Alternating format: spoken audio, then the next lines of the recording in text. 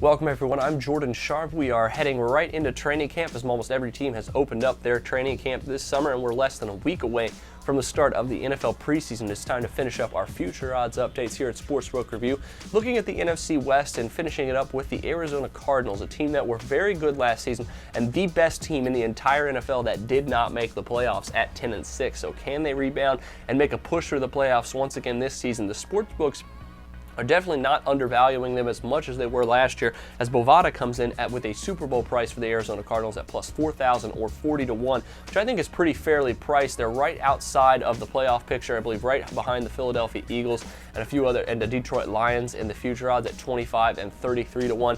And the Lions are probably a little bit overvalued in this instance, but I think the Cardinals are probably pretty fairly priced at 40-1. They may not be ready to compete for a Super Bowl just yet, and because that division is so stacked, you find it hard to believe that they might win 10 games again this year, but I don't see why they couldn't win 10 games again this year. They do have the issue of losing Darrell Washington for the entire season due to suspension, pending appeal obviously, but it doesn't look good considering some of the other alleged charges that he's facing so far this offseason. That weakens their defense just a little bit because now they have to implement middle linebacker Larry Foote, very veteran guy from the Pittsburgh Steelers, now coming over to play for Arizona Cardinals, and Bruce Arians once again.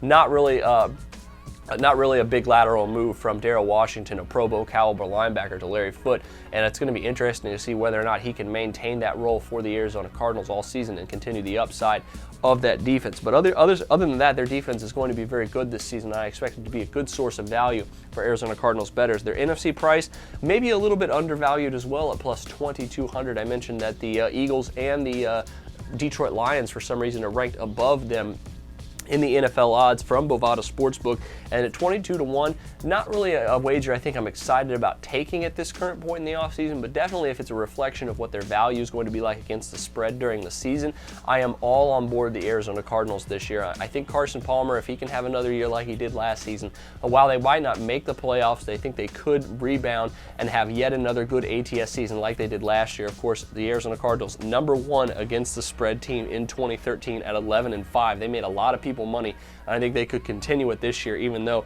they're definitely on the map once again. And their NFC West price coming in at 7-1. They're tied with the St. Louis Rams, and of course way behind the Seahawks and 49ers in these divisional odds from Bovada Sportsbook. And like I said, even though I think they're time to win the division, likely not now, Carson Palmer and company can still compete with this team. They still have Larry Fitzgerald, obviously. I think he's in a contract year, due for a pretty big standout year.